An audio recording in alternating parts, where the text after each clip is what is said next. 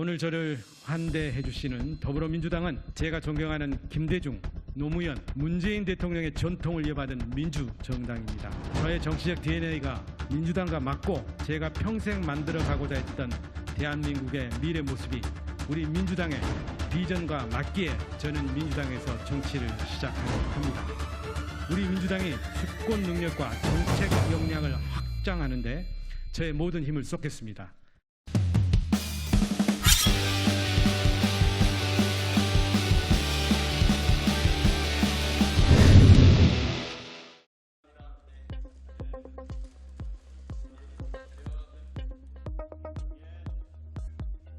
안녕하십니까. 기획재정부 차관을 지낸 안도구리입니다. 먼저 입당을 환영해 주신 더불어민주당과 또 이재명 당대표님께 깊이 감사드립니다. 저는 오늘 정치라는 새로운 영역에 첫 걸음을 내디디면서 더불어민주당의 가족이 되었습니다.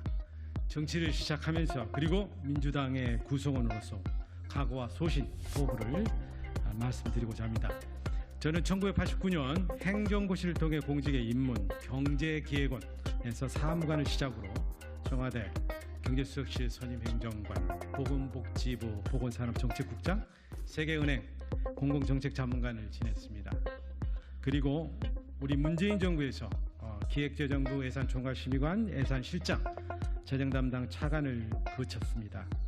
34년 공직 생활을 통해 오직 나라 경제를 키우고 대한민국의 곳간을 알차게 지키는 청지기 역할에 헌신해 왔습니다. 특히 저는 공직생활 마지막 3년 동안 코로나라는 전대미문의 국가적 재난을 맞아 국민의 삶을 지키기 위해서 10번의 나라 예산을 편성하면서 영광스럽게도 코로나 위기 극복의 야전 사령관이라는 별칭을 얻기도 했습니다. 나라가 빚을 조금이라도 덜 지도록 심혈을 기울이면서도 국가 재난을 조기에 극복하고 나라 경제를 정상화시키는 데 밤낮을 가리지 않았습니다. 더 나아가 포스트 코로나 시대의 선도국가로 우리가 발돋움하기 위한 선제적인 국가 발전 청사진이었던 한국판 뉴딜 투자계획을 수립하고 집행하는 데 열과성을 다했습니다. 제가 공직생활을 하면서 과분한 영광을 누린 것은 모두 현명하신 우리 국민 덕분이었습니다. 이 자리를 빌어 감사를 드립니다. 저는 이렇게 경제, 재정 전문 공직자로서 34년 동안 쌓아온 경험과 역량을 발휘해 우리 국민이 희망하는 새로운 정치, 즉 민생을 해결하는 유민의 정치, 소통과 화합을 추구하는 상생의 정치, 좋은 정책으로 나라의 미래를 여는 비전의 정치를 실현하는 데 저의 남은 시간을 바치고자 합니다. 오늘 저를 환대해 주시는 더불어민주당은 제가 존경하는 김대중, 노무현, 문재인 대통령의 전통을 이어받은 민주정당입니다.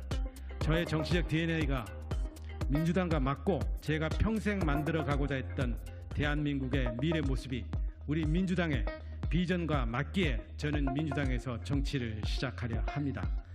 우리 민주당이 수권 능력과 정책 역량을 확장하는 데 저의 모든 힘을 쏟겠습니다. 우리는 4차 산업혁명의 도래, 미중 기술 패권 전쟁, 기후변화와 에너지 전환, 저출생, 고령화 등 안팎의 중대한 도전에 직면하고 있습니다. 우리 민주당이 나라 경제를 지켜내고 키워낼 담대한 비전과 전략을 제시하고 실천하는 데 앞장서겠습니다. 또한 우리 민주당이 국민의 사랑과 지지를 받는 민생 해결 정당으로 확실하게 자리 잡을 수 있도록 생활 밀착형 정책을 기획, 발굴하고 실천하는 데 힘을 다하겠습니다. 현 정부의 잘못된 경제 정책을 바로잡아 침체의 늪에 빠진 우리 경제를 살리는 동시에 민생의 주름살을 펼 수 있는 정책 대안을 제시하고 관철시키는 데 혼신의 노력을 기울이겠습니다. 무엇보다 우리 더불어민주당이 내년 총선에서 국민의 뜨거운 지지를 받아 압승을 거둠으로써 현 정부의 실정을 바로잡고 정권 교체의 기반을 튼튼하게 다질 수 있도록 하는 데 소중한 미랄이 되고자 합니다. 오늘 저 입당에 대해 이재명 당대표님께서는 특별한 축하 메시지를 주셨습니다. 당의 중추적 역할을 하시는 여러 국회의원님들께서 이 자리에 함께해 주셨습니다.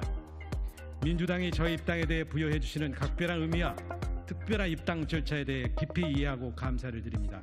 앞으로 여러분들의 기대에 부응하기 위해 경제재정 전문가로서 역량을 살려 참된 정치 일꾼으로 소임을 다하겠습니다. 오늘 특별히 저의 입당 기자회견을 함께해 주신 박찬대 최고위원님을 비롯해 박홍근 전 원내대표님, 김영진 당대표 정무조정실장님, 문체부 장관을 역임하신 황희 의원님, 그리고 유동수 원내 정책수석 부대표님께 진심으로 감사를 드립니다. 여러분 감사합니다.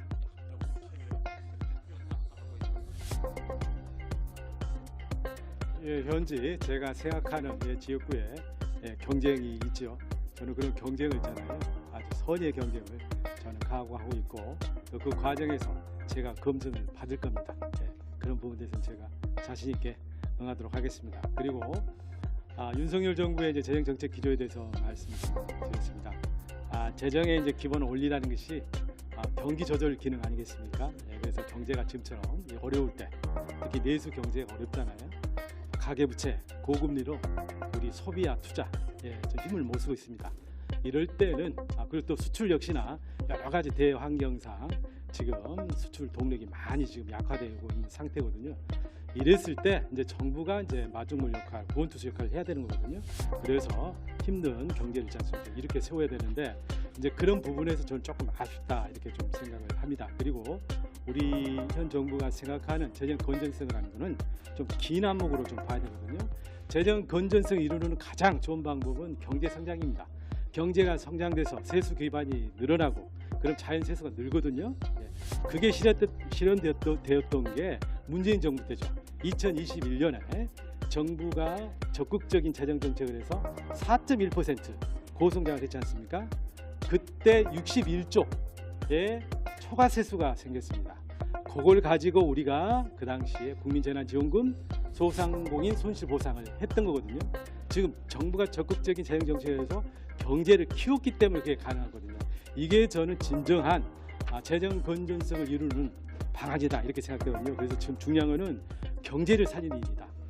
그리고 그 결과로 재정 건전성이 이루어지는 거지 재정 건전성 자체를 가지고 지금 목표로 삼아서는 소기의 정책을 목표를 달성치 못하고 외려 경기 악순환에 빠질 수 있다.